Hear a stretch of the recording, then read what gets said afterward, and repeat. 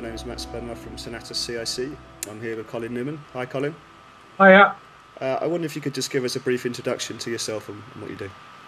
Oh God, that one again. I'm kind of a music maker, music producer, music seller at times, record company, publisher, all-round factotum, general dog's body, and village idiot. You're the incarnation of the 360 deal. Yeah, I don't know. The thing is that at some point, when I was quite young, especially, I mean, we're talking about the 70s. I mean, people who were in bands who were quite good had lots of people, usually men, running around after them, waving what seemed like lots of money, but wasn't really a lot of money, and offering to do almost anything for you. By the time you get in your 30s, if you're vaguely successful still, they still want to help you, but not quite as much. When you're in your 40s, they kind of sort of stop really wanting to help you very much, really, because they think you should know how to do it. And by the time you get in your 50s, they think you should do it for them. So, you over that period, if you're an artist and you want to get what you make to the public in a way that's going to, in the end, bring you some profit, enough profit in order for you to continue to do it, which is a very important aspect of it, then you have to engage with the business. And if you don't, then you're just stupid. Myself and two friends started something in the mid-90s called Post Everything. Post Everything was meant to be a way in which we could recreate what rough trade had been for independent distribution in the 80s, in the 90s, within the digital age. And we didn't really know what that meant, but we just thought that somebody ought to do it because all of the independent distribution of any size had gone bust. A lot of labels dropped off the end, including ours. And we had to, suddenly find another way to sell the things that we were making and to find audiences. The concept behind it was that there would be a selection. It wasn't just here's just a shop and you can buy any record you want on the internet. It was here's a shop because there was so much music available, and already by the 90s everything that had been ever released had been re-released on CD. Well, that's how it felt anyway, and every new release was competing with every other record that had ever been made. There was just so much music out there. How could anybody possibly know what was any good?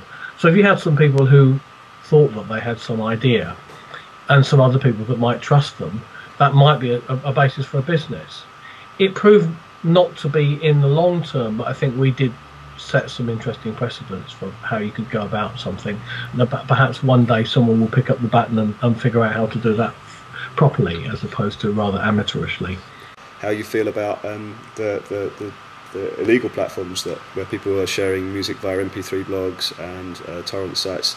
Do you feel that there's a good exposure in using these kind of tools?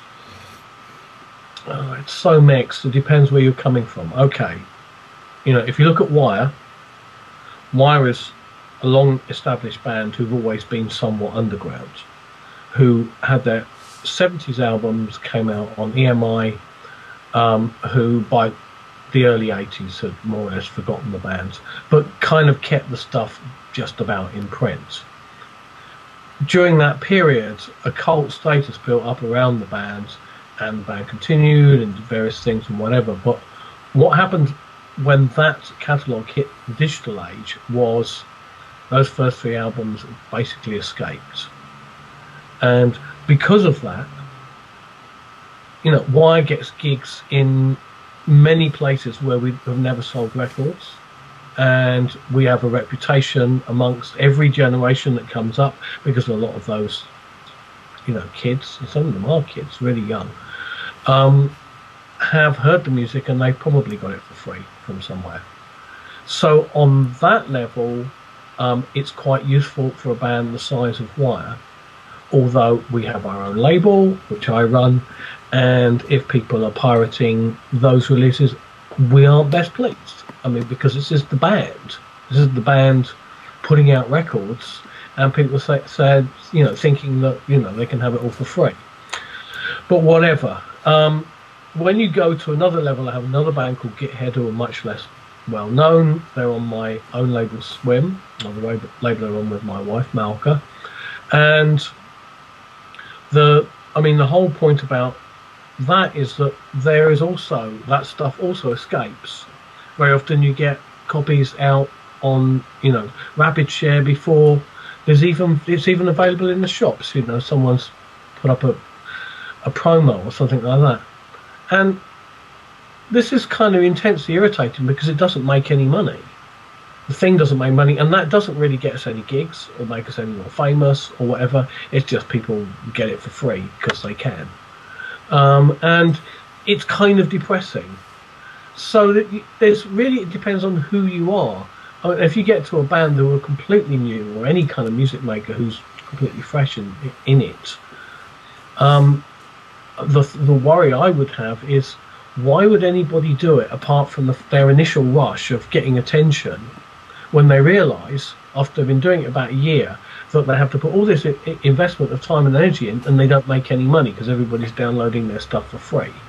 Just to go back to something you touched on then, the notion of the performance sort of reigning king again, and that's something at the moment that we can't replicate, and we have to attend in person. But there are services that are trying to promote kind of live streaming of events, whether they be an actual recording in a proper venue, or whether they be a sort of one-off performance where they get a band or a DJ to come in and stream across the internet.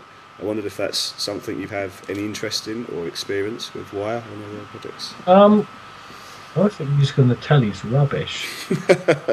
I mean, it just, you know, I mean, I hate, you know, I'm such a snob. I can't stand things like Later. You know, apart from Jules Holland playing his rubbish boogie-woogie piano all the way through everything. Just the whole notion of, like, I don't know, you've got to... It loses something. It's like the BBC Sound. See, I grew up in an era when there were needle time restrictions on the BBC, and they used to have either bands themselves playing live versions of their records, or even worse, Bernard Herrmann and the NDO, who would do a version of whatever it was, you know. And these were like classic 60s records. And it was just like, no, that's not the thing I like. I like the sound of that thing that they made in the studio. That's what I like, not that, what you're doing. And it's like that kind of, you know, still BBC sessions sound terrible. You know, live radio always sounds a bit rubbish, you know. And you never have any sense of an event through a screen. The only way that you could possibly is like have something that was way more you could be way more inside it, which we don't have the technology for. Yeah, more of an immersive virtual reality type. Yeah, it's something like that, you know. I think that would be the only way, and even that would be kind of weird because you kind of be on your own.